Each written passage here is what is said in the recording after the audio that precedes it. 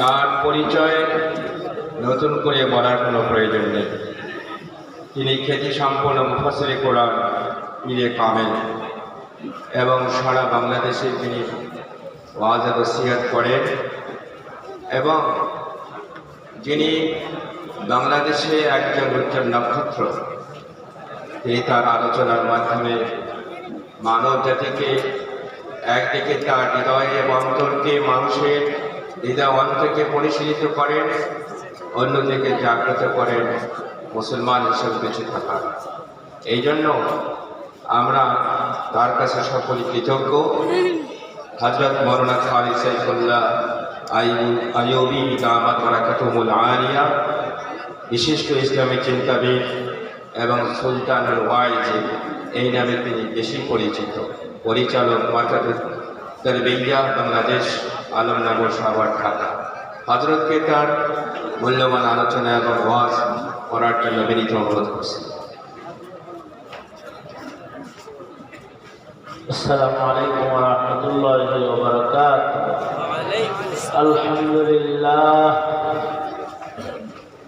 আলহামদুলিল্লাহি ওয়া কাফা ওয়া সালামুন আলা ইবাদিহিল্লাযীনা ইসতাফা। আম্মা বা'দু ফাআউযু বিল্লাহি মিনাশ শাইতানির রাজীম। বিসমিল্লাহির রহমানির রহিম। ইন্নাল্লাহা ইউহিব্বুত তাওয়াবিন ওয়া ইউহিব্বুল মুতাতাহহিরিন। وقال النبي صلى الله عليه وسلم: كل أمتي يدخلون الجنة إلا من أبى. قيل: من يأبى يا رسول الله؟ قال: من أطاعني دخل الجنة ومن عصاني فقد أبى. أو كما قال عليه الصلاة والسلام. اللهم صل على محمد وعلى آل محمد كما صليت على إبراهيم وعلى آل إبراهيم إنك حميد مجيد. اللهم بارك على محمد وعلى آل محمد كما باركت على إبراهيم وعلى آل إبراهيم إنك حميد مجيد. বেঙ্গলি জামিয়ার উদ্যোগে আয়োজিত মহতি বার্ষিক মাহফিলের মোহতারাম সাদাত, মোহতারাম সভাপতি, উপস্থিত হযরত, বুজুর্গ, উলামায়ে কেরাম, সম্মুখপানে সমবেত দিন প্রিয়, ইসলাম প্রিয়, দিনদার, ইমানদার মুমিন মুসলমান ভাইরা, পর্দার আড়াল থেকে আলোচনায় শামিল মা বোনেরা, বিশ্বজগতের মালিক, বিশ্ব প্রতিপালকের বিশ্ব দরবারে কালিমাতুশ শুকর, যে মহান রব্বুল আলামিন অত্যন্ত দয়া করে, মায়া করে, ভালোবেসে রাহমতি বরকতি জান্নাতের টুকরা বাগানে উম্মতের উলামায়ে দ্বীনদের সোহবতে মাদ্রাসার বার্ষিক সম্মেলনে আল্লাহ তাআলা আমাদের শরীক হওয়ার তৌফিক দান করেছেন। এজন্য কালিমাতুশ শুকর করি, শুকরিয়া আদায় করি, জবান খুলে ভক্তি ভরে সমস্বরে আওয়াজ করে মুহাব্বতে একযোগে একসাথে সকলে বলুন আলহামদুলিল্লাহ। এত সময় পর্যন্ত বিজ্ঞ উলামা হযরতগণ আপনাদেরকে গুরুত্বপূর্ণ নসিহত করেছেন। বিলখুসুস শ্রদ্ধাভাজন বড় ভাই হযরতুল আল্লাহ আল্লামা আব্দুল বাসিত খান দামাত বরকাতুহু তিনি গুরুত্বপূর্ণ নসিহত করেছেন। ওনার পরে আমি আপনাদের সামনে বসে গেছি, বরকতের নিয়তে আয়াত ও হাদিস আপনাদের সামনে পেশ করেছি। এগুলোকে সামনে করে কিছু কথা আপনাদের সামনে বলবার ইরাদা রাখি। আল্লাহ তাআলা কিছু উপকারী কথা আপনাদের কানে পৌঁছাইবার তৌফিক দান করেন। আপনারা দোয়া করুন, বলুন আমিন। মোহতারাম হাজিরিন, কোনো ভূমিকা ব্যতিরেকে আমি আমার মূল কথার দিকে চলে যাই। এই পৃথিবীতে কিছু কিছু মানুষ আছে যাদের উপরে তাদের পরিবার খুশি, কারণ তারা পরিবারকে সময় দেয়, পরিবারের হক আদায় করে, যদিও আল্লাহর হক তারা আদায় করে। বিবি যদি একটা কাপড় চায় তো দুইটা দেয়, সন্তানরা যা চায় তাদের চাহিদা পূরণ করে। সন্তানদেরকে নিয়ে ঘুরতে যায়, জুমার নামাজ পড়তে যায় না, কিন্তু ছেলে মেয়ে নিয়ে নতুন পার্কে যায়, আসে নেই বলে। তাদের উপরে তাদের পরিবার, তাদের সন্তানরা খুশি। আব্বু আমাদের মজার মজার জায়গায় নিয়ে যায়। কিছু মানুষের উপরে তার দল খুশি, কারণ সে দলকে সময় দেয়, দলের জন্য শ্রম দেয়, দলের জন্য অর্থ ব্যয় করে, দলের জন্য জীবন ঝুঁকি নেয়। দল খুশি হয়ে তাকে জেলার বড় পদটা দিয়ে দেয়। দল খুশি হয়ে তাকে এক সময় দলীয় নমিনেশনের মাধ্যমে তাকে সংসদ সদস্য বানায় সংসদে পাঠায়, কারণ তার দল তার উপরে খুশি। প্রয়োজন পড়লে দলের জন্য হেলমেট পরে নিজেই পুলিশ হয়ে গোলাগুলিও করে ফেলে। আছে না এমন কিছু মানুষ? তারা দলের জন্য ত্যাগী, তো তাদের উপরে তাদের দল খুশি। কিছু মানুষ আছে ওদের উপরে সরকার খুশি, কারণ ওরা সরকারের পা চাটা গোলাম হয়। সরকার যদি গুম করতে বলে গুম করে, খুন করতে বলে খুন করে, লুটপাট করতে বলে লুটপাট করে, নির্দোষকে দোষী বানাইতে বলে তো নির্দোষকে জেলে তালাবদ্ধ করে, দোষীকে ছেড়ে দিতে বলে পাহারা দিয়া বিমানবন্দর পার করে বিদেশ পাঠায়। তারা সরকারের খুব অনুগত, সরকার তাদের পদোন্নতি দেয়, সরকারের কথায় শাপলা চত্বর গোলাগুলি করে রক্ত লাল করেছে, সরকার পুলিশ প্রধান বানায় দিচ্ছে, পদোন্নতি দিয়ে দেয়। সরকারের কথায় তারা এদেশের শৃঙ্খলাকে লণ্ডভণ্ড করে, তো সরকার যে থাকে সে তার উপরে খুশি। কিছু মানুষ আছে তাদের উপরে ভারত খুশি, যেমন শেখ হাসিনা, তার উপরে ভারত খুশি। কোথাও জায়গা না পেলেও ভারতে জায়গা পেয়েছে, ভারত খুশি, ভারতের এজেন্ডা বাস্তবায়ন করে। কিন্তু কিছু মানুষ আছে এমন যাদের উপরে আল্লাহ খুশি, আল্লাহ তাআলা তাদের উপরে খুশি,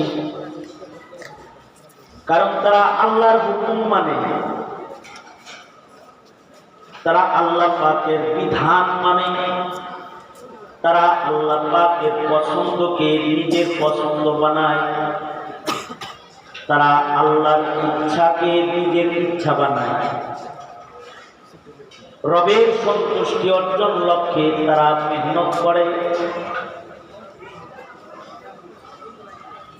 তাদের উপরে মহান আল্লাহ খুশি হয়ে যায়, আল্লাহ পাক তাদের ভালোবাসে, কারণ তারা তাদের হায়াতে আল্লাহকে খুশি করে। প্রকৃত সফল মানুষ হল তারা যাদের উপরে আল্লাহ খুশি। সফল মানুষ তারা যাদের উপরে আল্লাহ খুশি। এ কারণে প্রত্যেকটা সফল মুমিনের মেহনত হবে তার রবকে খুশি করা, তার আল্লাহকে খুশি করা। যে আল্লাহকে খুশি করবে, আল্লাহ তাআলা তাকে জান্নাত দিয়া খুশি করবে। সে আল্লাহকে খুশি করেছে। ইউরজিয়াহু ইয়াউমাল কিয়ামাহ, আল্লাহ তাআলা তাকে খুশি করে দেবে। আল্লাহু আকবার বলেন। আল্লাহ খুশি করবে তাকে। তাকে খুশি করার জন্য আল্লাহ তাআলা তাকে জান্নাত দান করবে, যে জান্নাতের সীমানা ঘুরে দেখার যোগ্যতা জিবরাইলেরও নাই। 600 ডানা দিয়া জান্নাত দেখতে পারে।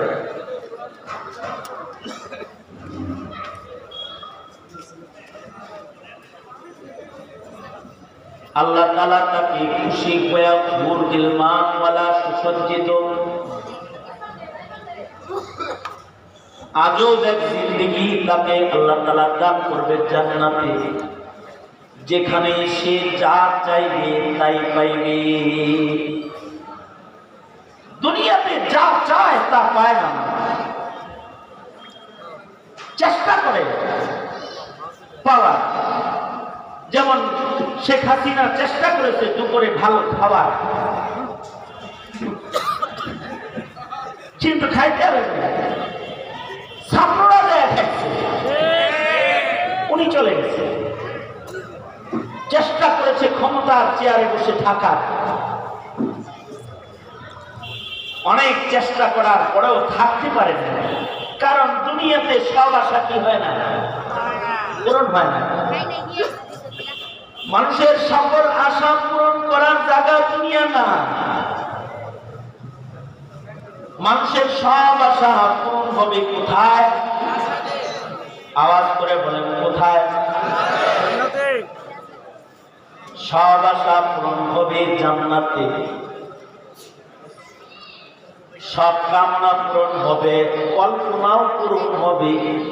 ওয়ালাকুম ফিহা মা তাশতাহি আনফুসুকুম ওয়ালাকুম ফিহা মা তাদউন নুজুলাম মিন গফুরির রহিম। মানুষের সকল আশা পূরণ হবে জান্নাতে, যা কল্পনা করবে তাও পূরণ হবে। কে পূরণ করবে? আর আস্তে করে বলে, দোনো হাত উপরে তুলে। আমি আপনাদের একটু আওয়াজ, তাসবিহাতের আওয়াজ দিয়ে পরিবেশটাকে সুন্দর করতে চাই। আপনাদের আওয়াজে যেন ডান বামের আশপাশের আওয়াজ বন্ধ হয়। হাত সোজা করে নাড়াচাড়া, জবান খুলে আওয়াজ করে তাসবিহ পড়ুন। বলুন সুবহানাল্লাহ, আলহামদুলিল্লাহ, লা ইলাহা ইল্লাল্লাহ। আওয়াজ করে শয়তান তাড়ান।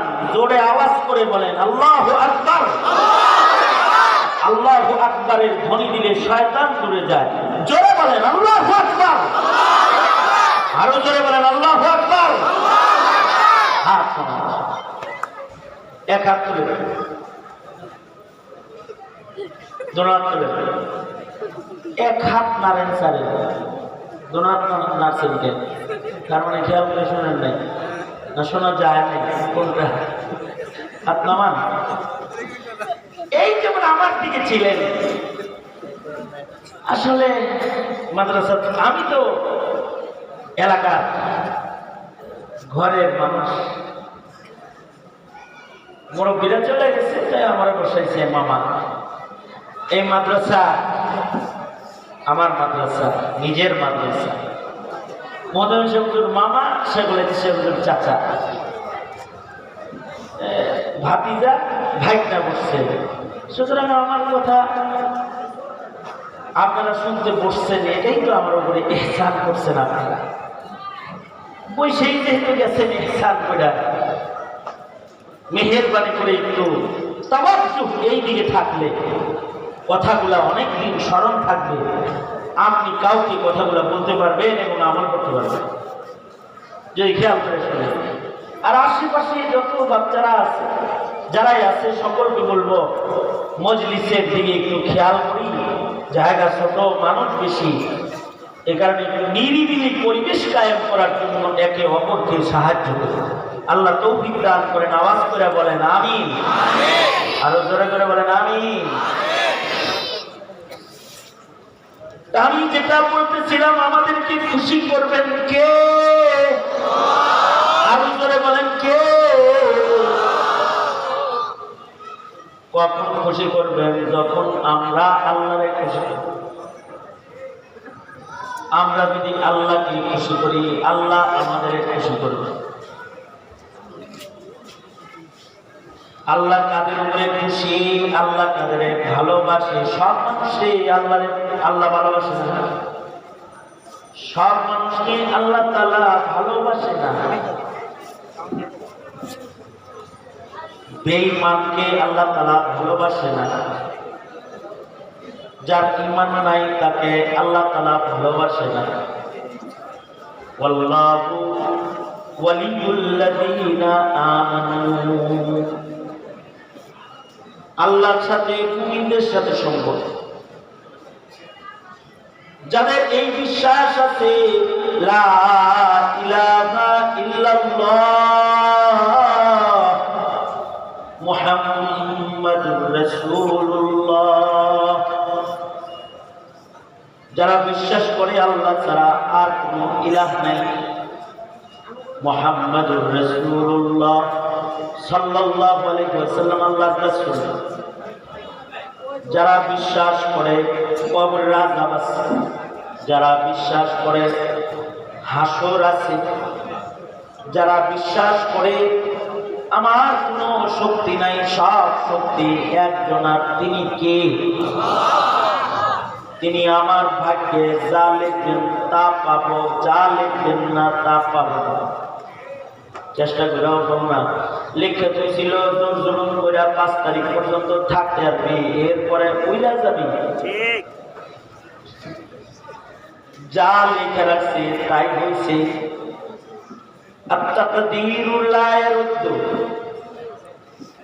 আবার মারে আইতাছি, লেখা না থাকলে কাজ, যেমনটি লেখা আছে তেমনটি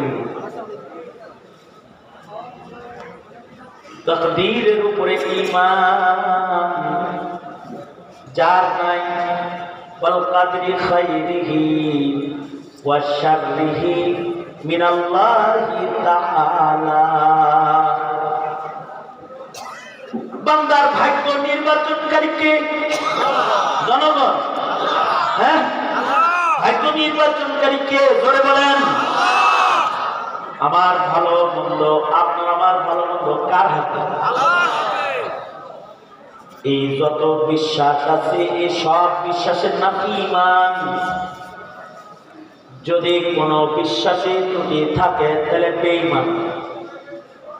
বেঈমানরা চিরস্থায়ী দোজখী।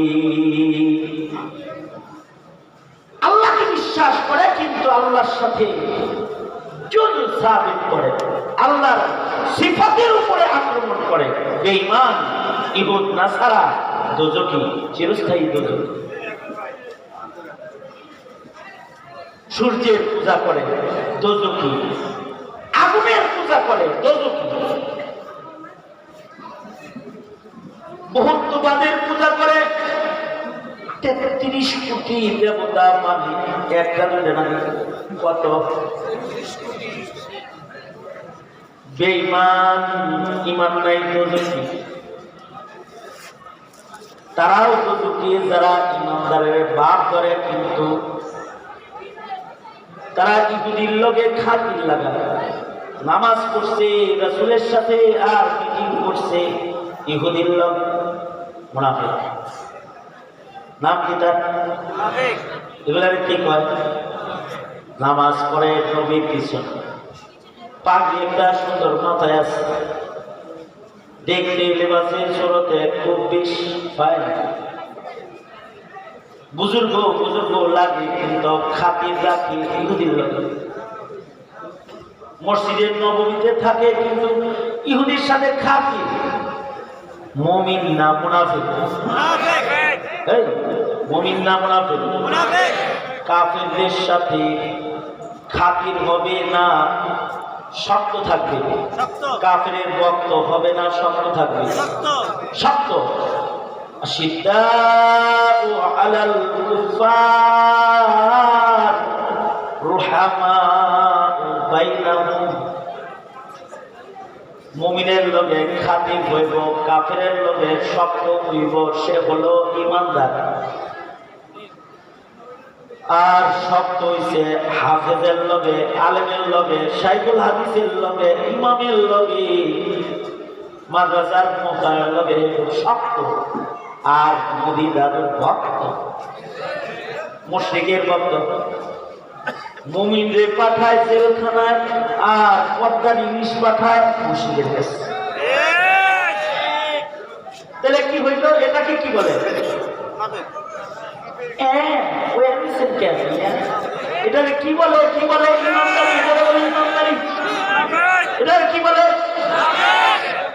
মুনাফিকরা কোথায়? মুনাফিকদের উপরে তো আল্লাহর খুশি।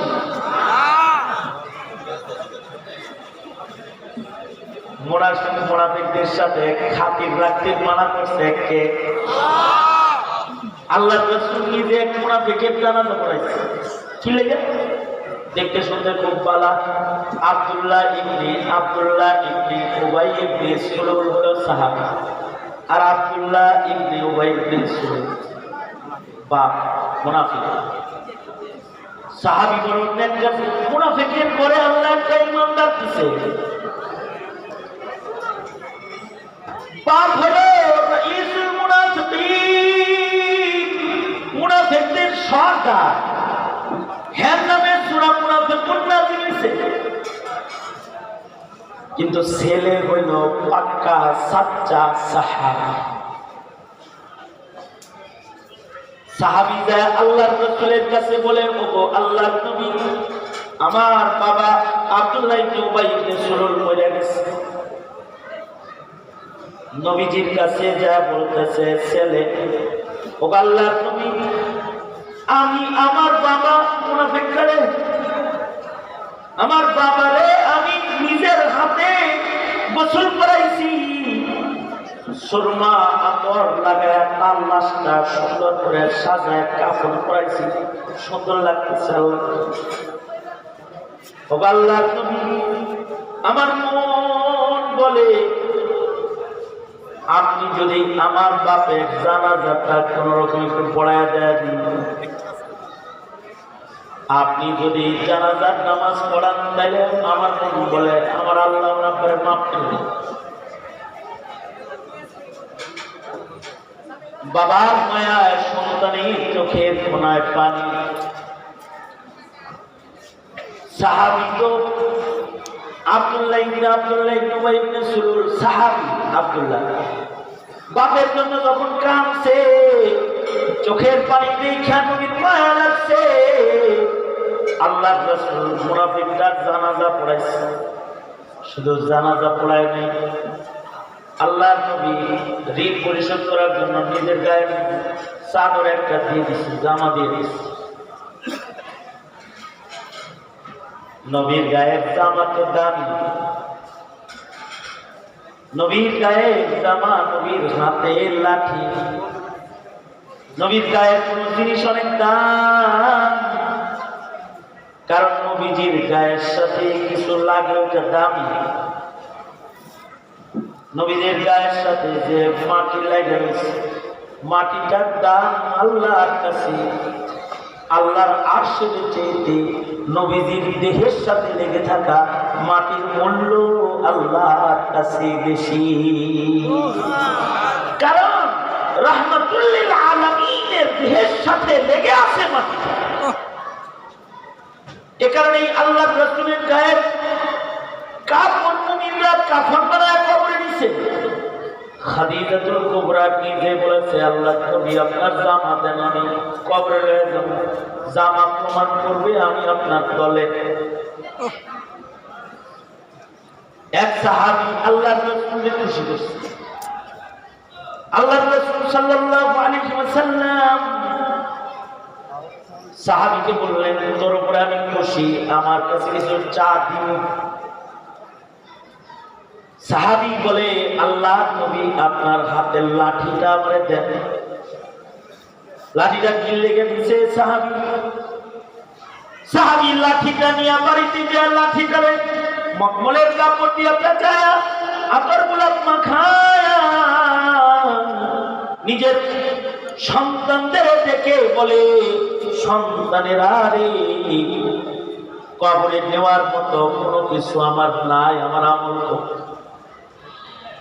এই লাঠিটা আমার নবীর হাতের লাঠি। এটা আল্লাহর রাসূল আমাকে উপর হুকুম দিছে, পুরস্কার দিছে। আমি মরে গেলে নবীর হাতের লাঠি আমার কবরে দিয়ে দিস। এই লাঠি কবরে থাকলে আশা করি কবরে আযাব ঢুকবো না।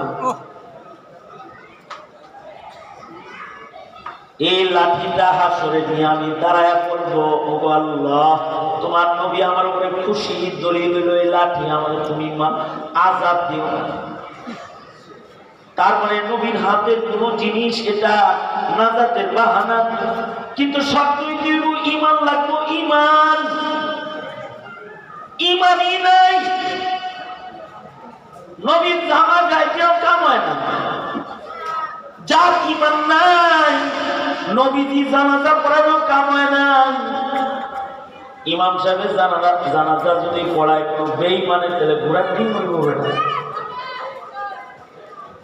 টাকার পাওয়ারে ইমাম দিয়ে জানাজা পড়াইছে, নেতাগিরির পাওয়ারে ইমাম দিয়ে জানাজা পড়াইছে, আসলে বেঈমান। আসলে কাদিয়ানীরে কাফের মনে করে, নাস্তিক মোরতাদের শাস্তি চায় না, আলেম দেখতে পারে না। হাসান আল-হকিমুর ভক্ত আর মুরগি সোরা শাহরিয়ারের সাথে বন্ধুত্ব খুব শক্ত, মৌলবীর সাথে আছে আদাবাত। আসলে ঈমান নাই, কিন্তু পয়সার জোরে মোল্লার জানাজা লইছে, ক্ষমতার জোরে পয়সার জোরে ঈমান নষ্ট করে মৌলবীর জানাজা লইয়া গুরুস্থানে গেলেই কবর জান্নাত হয় না।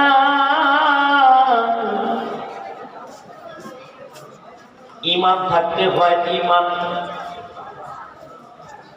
নবীজি জানাজা পড়াইছে, কিন্তু মুনাফিক সম্পর্ক ইহুদির সাথে রেখেছে, সারা জনম নাসারার সাথে। কোন দোজখে থাকবে?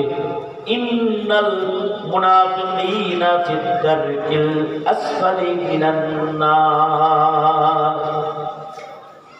জাহান্নামের 7 স্তর, এর পয়লা স্তরে থাকবে মুমিনে আসি, দ্বিতীয়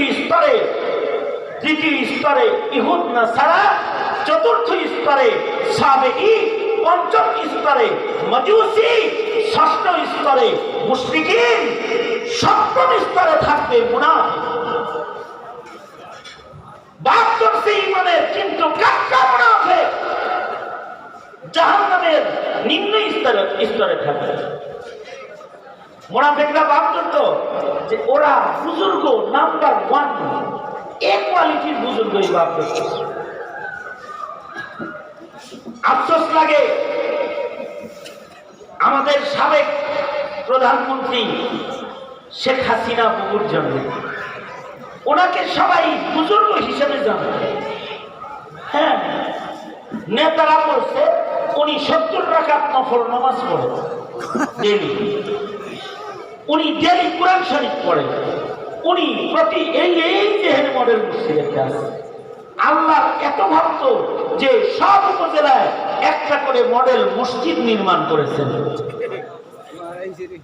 তবলিগের জায়গা ওনারা দিচ্ছেন, ইসলামিক ফাউন্ডেশন করেছেন, কিন্তু দুঃখের কথা ওনারাই আলেম হত্যা করেছেন শাপলা চত্বরে, ওনারাই তবলিগকে 2 টুকরা করেছেন, ইজতেমার মাঠে রক্ত ঝরাইছেন, লাশ করেছেন।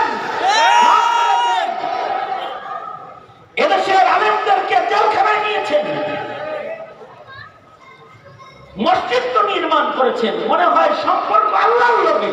কিন্তু বৈষম্য বিরোধী আন্দোলনের ছাত্ররা যখন ধাওয়া দিল, তখন আমরা দেখলাম সম্পর্ক আল্লাহর লগে না, সম্পর্ক দিল্লির লগে বড় মজবুত আছে। সবার সম্পর্ক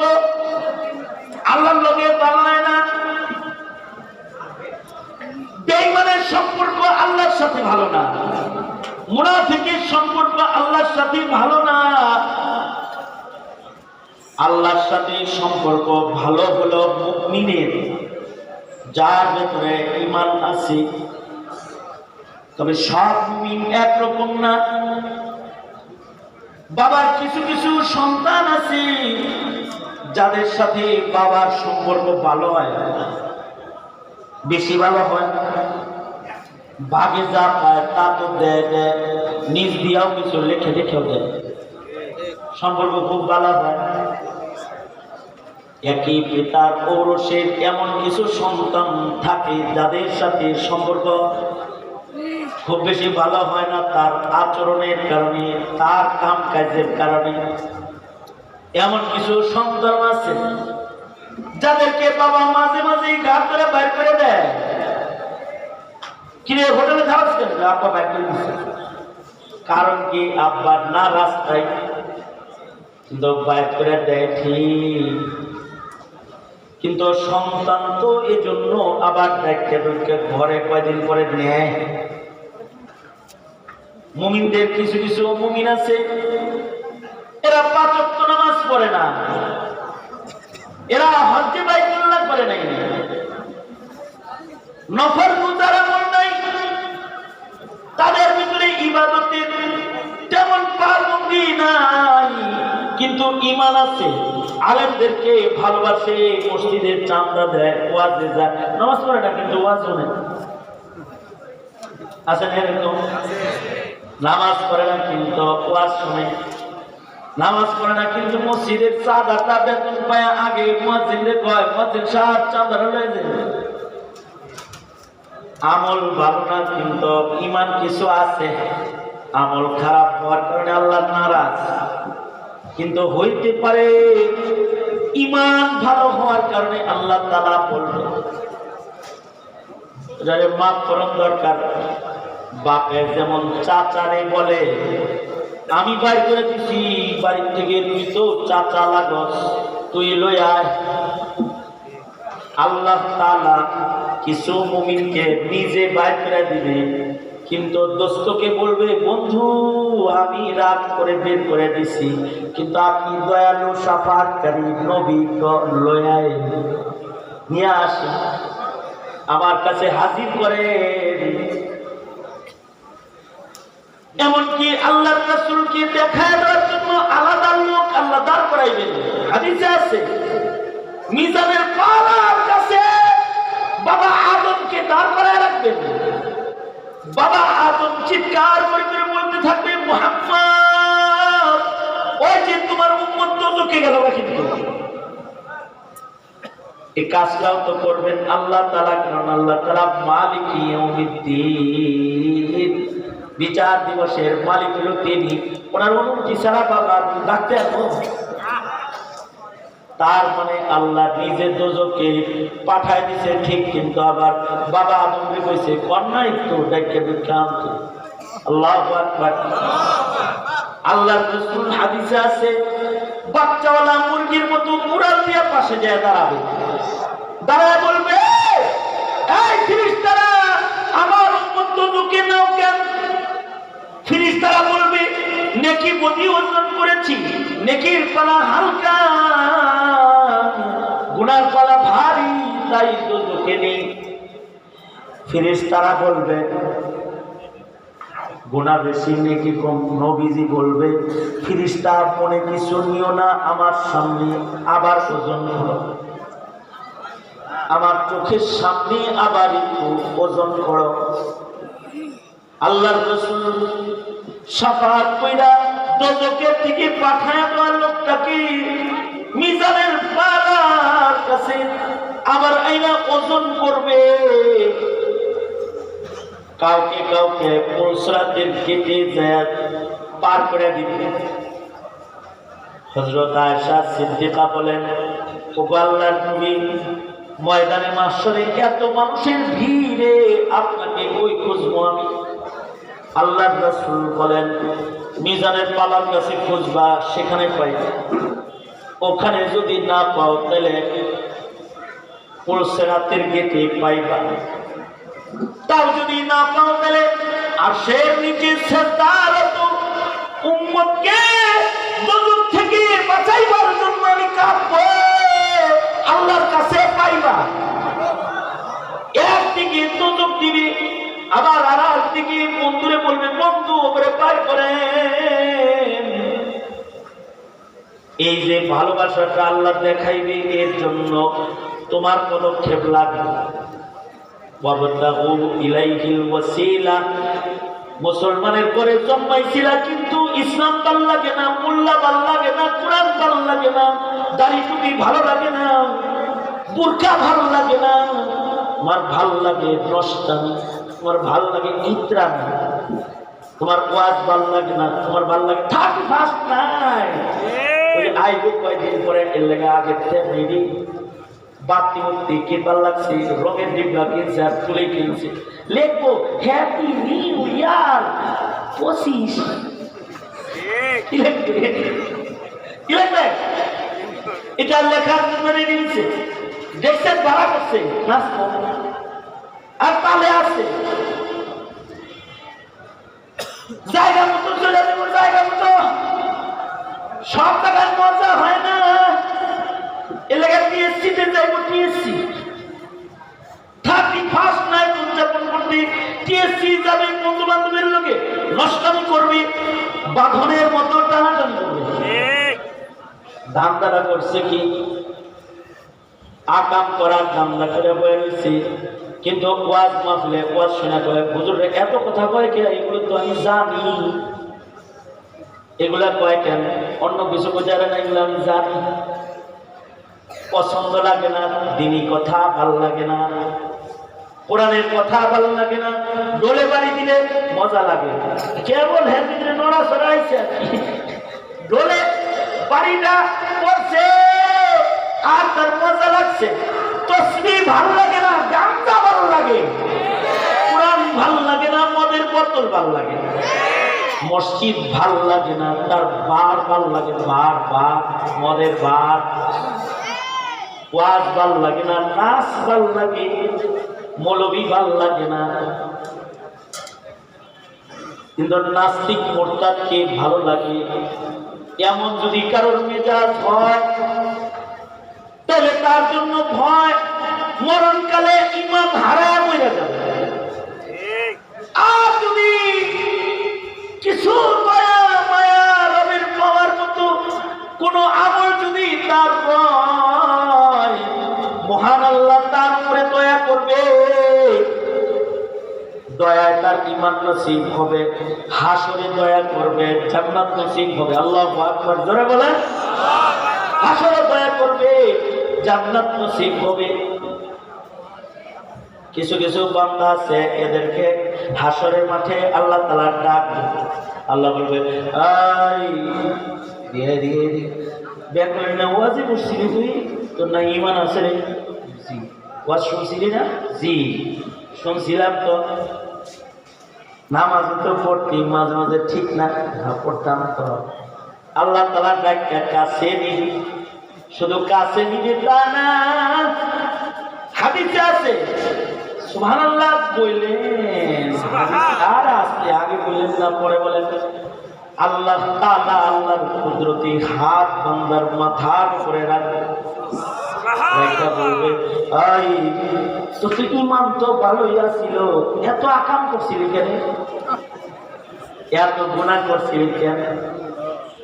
এই চান্সটা আল্লাহ তাআলা তোরে দিয়ে দিবে। সে চান্স পায়, সে বলবে আল্লাহ ভুল হয়ে গেছে, আল্লাহ ভুল হয়ে গেছে, পড়াটা ঠিক হয় নাই। আসলে আল্লাহ তাআলা ভুল হয়ে গেছে বলার চান্স ছাড়ে দিবে। বান্দা যখন বলবে ভুল হয়ে গেছে, তখন আল্লাহ বলবে ঠিক আছে, ভুল যেহেতু স্বীকার করে লাইছিস, যা আমার একটা নাম সাত্তার, আমার ওই সাত্তার নাম দিয়ে তোর জিন্দেগির সব গুনাহ ঢাকা দিলাম, তোর গুনাহ কাউকে দেখতে দিলাম না, তোরে মানুষ সম্মানিত হিসাবে জানতো, চিনত, তোর ভালো মনে করতো, কিন্তু তুই যে গোপনে গুণা করছিস না আমি জানি। কিন্তু মানুষ করে ভালো জানতো, যা আজকেও তোর ইজ্জত রক্ষা করলাম, কারণ আমি সত্তার। যা আমার বান্দারা তোকে ভালো জানতো, তাই গোপনে আজকে তোকে মাফ করে আমি জান্নাতটা দিয়ে দিলাম।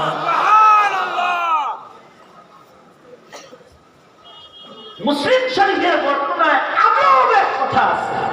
আল্লাহর রাসূল বলে কি, কোয়ালিটির কারণে, কোয়ালিটি, ঈমানের কোয়ালিটির কারণে কিছু মুমিনের প্রতি আল্লাহ এই মায়াও দেখাবে। কি মায়া? ডাক্তার যেমন রোগীর অপারেশন করার সময় ডাক্তার যেমন অজ্ঞান করে, তারপরে অপারেশন করে, অজ্ঞান করে অপারেশন করলে হাড্ডি কাটতে লাগে, কিন্তু রোগীর খবর থাকে না, ঠিক না? হ্যাঁ, অজ্ঞান করে ওপেন হার্ট সার্জারি করেছে, এবার বুক ছেড়ে ফেলেছে, রোগীর খবর নাই। ওর উপরে কিন্তু একটা কিয়ামত হয়ে গেছে, কিন্তু ওর খবর নাই, কারণ ও অজ্ঞান আছে। অজ্ঞান অজ্ঞান কিছু কিছু মুমিনের সাথে রবের আজব আচরণ হবে, কিছু কিছু মুমিনের সাথে, সবাই লাগে না। কিছু কিছু মুমিনের সাথে আল্লাহর আচরণ হবে এমন যে তাদের গুনাহ বেশি, আল্লাহ তাআলা তাদেরকে দোজখে ফেলবে ঠিক, কিন্তু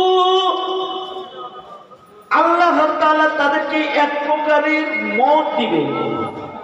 হাসরত মৃত্যুর মৃত্যু হবে, আল্লাহ মওত মাইরা ফেলবে, লা ইয়ামুতু ফিহা ওয়া লা ইয়াহয়া।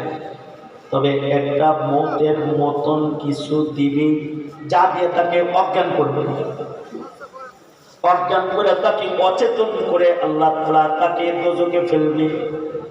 তার গুনার শাস্তি দোজখে হবে, কিন্তু সে কষ্টটা টের করতে পারবে না। অপারেশন হইলে যেমন টের করতে পারে না, দোজখের মধ্যে তাজকিয়াতান আল্লাহ তাআলা তার গুনাহকে আগুন দিয়ে ধৌত করবে, সে টের পাবে না। দেহটা পুরা কয়লা হয়ে যাবে, তার উপরে শাস্তি প্রয়োগ হবে, কিন্তু তার খবর নাই, তার অজ্ঞান করে ফেলাইছে আল্লাহ তাআলা। এবার শাস্তি শেষ হইলে দোজখ থেকে বের করে নহরে হায়াতের পানির দ্বারা তাকে আল্লাহ তাআলা গোসল দিলে সুস্থ সুন্দর জান্নাতে যাওয়ার উপযুক্ত যুবক যুবতীর দেহ হয়ে যাবে। এবার আল্লাহ বলবেন, গুনাহ করছিলি তাই দোজখে পড়লাম, তওবা করস নাই তাই আগুন দিয়ে সাফ করলাম, ঈমানটা ভালো ছিল, যা খুশি হইয়া জান্নাত দিয়ে দিলাম। তবে এই আচরণটা রবের পাইকারি আচরণ না। মুসলিম শরীফ কিতাবুল ঈমান, মুসলিম শরীফের বর্ণনা, কাউকে কাউকে আল্লাহ তাআলা এমন দয়া করবেন। বিশ্বাস করো যুবক, এই দয়া কাদের উপরে পড়বে? যারা দ্বীন মানতে পারে নাই, কিন্তু দ্বীনকে ভালোবেসেছে, ইসলামকে তারা ভালোবেসেছে। নবীর খতমে নবুয়তে আঘাত করলে তাদের হৃদয়ে আঘাত লেগেছে, তারা রাসূলকে গালি দিলে কষ্ট পেয়েছে। কিন্তু ওই মুসলমান যে দলরে গাইলে কষ্ট পায়, নেতারে গাইলে কষ্ট পায়, আল্লাহ রাসূলকে গালি দিলে কষ্ট পায় না, ওর সাথে দয়া করা হবে না, হবে না। এ দয়ার কোয়ালিটি আছে, যাকে তাকে এই দয়া করবেন। তুমি যদি ভাবো যে হুজুর আমার তো পিছনের জিন্দেগিটা এমনই দয়া পাওয়ার উপযুক্ত আমি না, তাহলে আজকে আমি তোমার জন্য একটা সুখবর লইয়া বসছি। তুমি যদি আজকে একটা তওবা এখানে বৈশা করতে পারো, আর যদি আল্লাহকে বলতে পারো, ও আল্লাহ আমি বুঝি নাই তাই গুনাহ করেছি, তুমি আমারে মাফ করে দাও, তাহলে আল্লাহর কোরআনে আল্লাহ পাক ওয়াদা করেছেন, ইন্নাল্লাহা ইউহিব্বুত তাওয়াবিন, যারা তওবা করে আল্লাহর কাছে গুনাহর জন্য মাফ চায়, মহান আল্লাহ তাদের উপরে খুশি হয়ে যায়। 2024 শেষ হচ্ছে, 25 শুরু হচ্ছে। 24 শেষের পথে 25-এর আগমন। খুশির কিছু না, বরঞ্চ বেদনা আছে। এক বছরে 365টা দিন রাত তোমার কাছ থেকে চলে গেছে, যা তোমার কাছে আর কখনো ফেরত আসবে না। তুমি 25-এর আগমনে 31st নাইট উদযাপনের জন্য রেডি হয়েছ, তুমি ভুল পথে আছো। বরঞ্চ 24 সালে যে আকামগুলো করছো ওইগুলোর থেকে তওবা করো, তওবা করো। 24 সালের আকাম থেকে তওবা করো, আর 25 সালের নেক আমলের ওয়াদা করো, নিয়ত করো। 25 সাল হবে তোমার নামাজের সাল, 25 সাল হবে ইসলামী হুকুমত কায়েমের সাল, 25 সাল হবে একাত্মবাদ প্রতিষ্ঠার সাল, 25 সাল হবে মুসলিম মিল্লাতকে ঈমান শিখাইবার সাল। 2025 সালে তোমার জীবনে নফল ইবাদতের বছর, 2025 হবে তোমার জীবনে সাদাকার বছর, তাকবীরে উলার নামাজ পড়ার বছর। 2025 হবে তোমার নেক কাম করার বাজেটের একটা বছর। যদি তুমি এরকম একটা নিয়ম এ বছর শুরু হওয়ার আগে করতে পারো, তাহলে নিয়ত বড় আজিব জিনিস। 26 সাল পর্যন্ত যা যা নিয়ত করবা সব নেকি করার আগেই আল্লাহ তাআলা এগুলো সব এর সব নিয়তের কারণে এক পর্ব তোমার আমল নামায় দিয়ে দিবে। সুবহানাল্লাহ। নিয়তের কারণে এক পর্ব দিবে।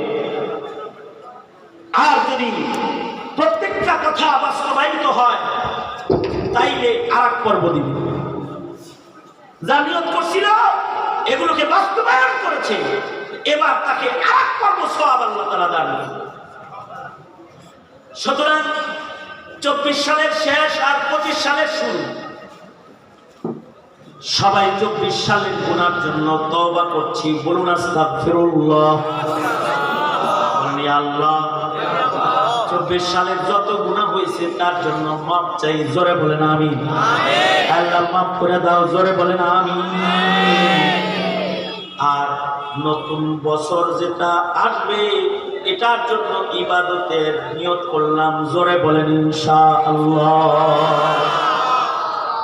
যদি কেউ তওবা করো আর যদি সুন্নাত মানার অঙ্গীকার করো, তাহলে আল্লাহর রাসূল বলেছেন কুল্লু উম্মতি ইয়াদখুলুনাল জান্নাতা ইল্লা মান আবা। কিলা মান ইয়াবা ইয়া রাসূলুল্লাহ? ক্বালা মান আতাআনি দাখালাল জান্নাহ। যারা আমার অনুসরণ করবে তারা আল্লাহর জান্নাতে চলে যাবে, যারা সুন্নাত মানবে না তারা জান্নাত পাবে না। সুতরাং 24 সাল সুন্নতের সাথে দুশমনি করেছো, তাহলে তাল মিলে তুমি দেখলে রাজাকার করেছো। কারণ তোমাদেরকে 16 বছর চিনানো হয়েছে টুপি, দাড়ি, পাঞ্জাবি এগুলো সব রাজাকারের পোশাক, এগুলো চিনানো হয়েছে। প্রজন্ম দাড়ি টুপি দেখলে কয় এগুলো রাজাকারের পোশাক। বলুন তো, দাড়ি, টুপি, পাঞ্জাবি এগুলো কি রাজাকারের পোশাক না নবীর সুন্নত? এগুলো নবীর সুন্নত। কিন্তু রাজাকার নাটক বানায় তো এগুলো রাজাকারের পোশাক হিসেবে চিনাইছে। এমনিতে রাজাকার গালি আমাদেরকে 72 সাল থেকে দেয়, কিন্তু আমরা কিছু বলি না, কারণ আমরা নায়েবে নবীর কাফেলা, ধৈর্য বেশি, গালি দিলেই আমাদের লাগে না। কারণ ওয়াইদা খাতাবাহুমুল জাহিলুনা ক্বালু সালাম। কিন্তু ছাত্রদেরকে বলছে তুই রাজাকার, রাজাকারের বাচ্চা। ছাত্ররা চতুর্দিক থেকে মিছিল নিয়ে যায়, কয় তুই রাজাকার, তুই রাজাকার। এটা বলছে। আমাদের ওই 72 সাল থেকে একটি শ্রেণী রাজাকার বলে গালি দেয়। আর তুমি দাঁড়িয়ে দেখলেই মক্তবের বাচ্চাদেরকে বলে এগুলো রাজাকার। রাজাকারের বাচ্চা। বলুন তো টুপি দাড়ি কি রাজাকার না সুন্নাত? কারণ যদি সুন্নতের সাথে খাতির হয় তাহলে আল্লাহ তাকে ভালোবাসে। 25 সাল হোক আপনার আমার সুন্নতকে আমন্ত্রণ করার সাল, ইনশাআল্লাহ বলেন। দাড়ি রাখার সাল, টুপি পরার বছর, পাঞ্জাবি পরার বছর, সুন্নত জিন্দা করার বছর, সুন্নতকে গালি নয় সুন্নতের মুহাব্বত শিখানোর বছর, ঠিক কিনা জোরে বলেন? এগুলো আল্লাহ পাকের ভালোবাসা পাওয়ার রাস্তা। সুতরাং ভালোবাসা খুঁজবো কার? আল্লাহ। জোরে বলেন কার? আরো জোরে বলেন কার? ইহুদ নাসারার ভালোবাসা খোঁজা যাইব, কাফের মুশরিকের ভালোবাসা খোঁজা যাইব। ভালোবাসা খুঁজবো কার? জোরে বলেন আমাদের মালিককে। জোরে বলেন ডাক দেন ইয়া আল্লাহ, বলেন ইয়া আল্লাহ, ইয়া আল্লাহ, আপনার ভালোবাসা চাই। আপনি দান করেন, জোরে বলেন আমিন। দান করবে কি কি করলে? ঈমান ঠিক করলে, ইসলাম পছন্দ করলে, তওবা করলে, সুন্নাত মানলে আল্লাহ ভালোবাসা দান করবে। এটা আল্লাহ পাকের ওয়াদা। এই ওয়াদা পূরণের মেহনত করব ইনশাআল্লাহ। কারা কারা মনে থাকবে তো ইনশাআল্লাহ? আল্লাহ সবাইকে কবুল আর মঞ্জুর করেন, আমিন। এই কয়েকটা কথা বসে বসে আপনাদেরকে বললাম। যা কিছু বলেছি আর আপনারা যা শুনেছেন এর থেকে আল্লাহ তাআলা আমল করার তৌফিক দান করেন। বেঙ্গলি মাদ্রাসার এই সম্মেলনকে আল্লাহ তাআলা কবুল করেন। এই মাদ্রাসাকে দিন দিন তারাক্কি আর উন্নতি দান করেন। লাস্ট বক্তব্য হলো আলেম ওলামা যেখানে, জোরে বলেন আলেম ওলামা